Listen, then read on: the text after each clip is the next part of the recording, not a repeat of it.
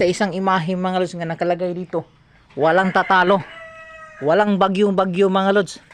Sinangga niya mga lods. Kita nyo oh. So ayan guys oh, yung mayroong bagyo guys, ayan siya. So ito guys, ito ay isang Bible study mga lods. Ito yung ginagawa ng Bible study. So kung gaano talaga kalakas yung bagyo mga lods, wala talagang tatalo mga lods sa Ginoo. Walang tatalo sa Diyos mga lods. So ayan mga lods, kung nakita nyo, laking puno niyan mga lods oh. So ang laking puno niyan, ayan oh, may wire pa. So ang laking puno niyan mga lods, kung nakita nyo oh. So kung napansin nyo mga lods, ayan oh, ito yung video mga lods nga pinost ko nung una. So, kung napansin nyo, ayan, kung wala yang lubi mga lods, kung walang lubi, sa tingin nyo ba anong mangyayari dyan sa payag mga lods? So ayan oh, yan ay isang Bible study, ginagawa ng Bible study, yung tinamaan ng ano, yun mga lods oh. Kung gaano kalakas yung bagyo mga lods, dito nyo makikita.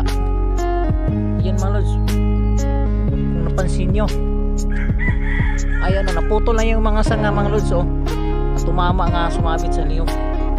So dito nyo makikita kung gaano kalakas yung bagyo, walang tatalo mga lods sa isang imahe lang mga lods. Ayan, ayan oh, ito yung imahe mga lods nga nandito.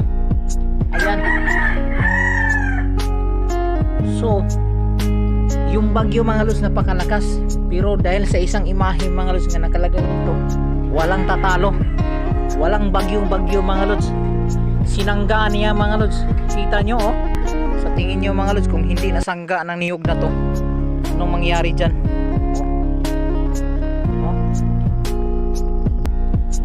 Sinangga mga lods oh. So dito nyo makikita, ayan oh, sinangga yung kahoy nga nabali mga lods, nga natumba doon sa bagyo. So walang nakatira dito mga lods. Ito ay Bible study tuwing linggo. So ayan oh, oh, yan yung nakatira dito. So dito nyo makikita, dito nyo malalaman mga lods kung gaano kalakas yung bagyo. Mas malakas yun ang Ginoo.